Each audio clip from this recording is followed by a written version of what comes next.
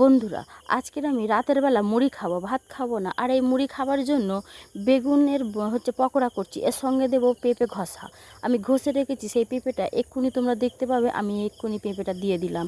আর এই পেঁপে ঘষা বেগুন দিয়ে একটা বেশ লাল লাল পকোড়া বানাবো। আর এটা মুড়ি দিয়ে খেতে খুব ভালো লাগে। আমার খুব পছন্দের পকোড়া, এটা খুব পছন্দ হয় এই পকোড়া খেতে। যত রকমের মশলা আছে সমস্ত সেই মশলা এর মধ্যে তোমরা অ্যাড করে দিতে পারো। আমার কাছে যা কিছু ছিল আমি দিয়ে দিচ্ছি, পেঁয়াজ থেকে ম্যাগি মশলা থেকে এখন দেখো বেসনটাও দেব। আমার যা কিছু মশলা আছে দিচ্ছি। এবং বিশেষ করে আমি ম্যাগি মশলাটা দিচ্ছি এই কারণে কি, ম্যাগি মশলা আমার অনেকটা বেঁচে গেছে, কিন্তু টাকা দিয়ে কিনে এনেছি তো তাই ফেলবো না। ব্যাস সব কিছু দেওয়া হয়ে গেছে। এবারে হাত দিয়ে ভালো করে চটকে চটকে গোল গোল করে ভাজতে ছেড়ে দিতে হবে। এবার আমি কিছুক্ষণের মধ্যে কড়াই চলে এসেছি ভাজতে। দেখো গোল গোল করে আমি ছেড়ে দিয়েছি গরম তেলে, একদম সম্পূর্ণ রেডি। দেখা হচ্ছে পরের ভিডিওয়।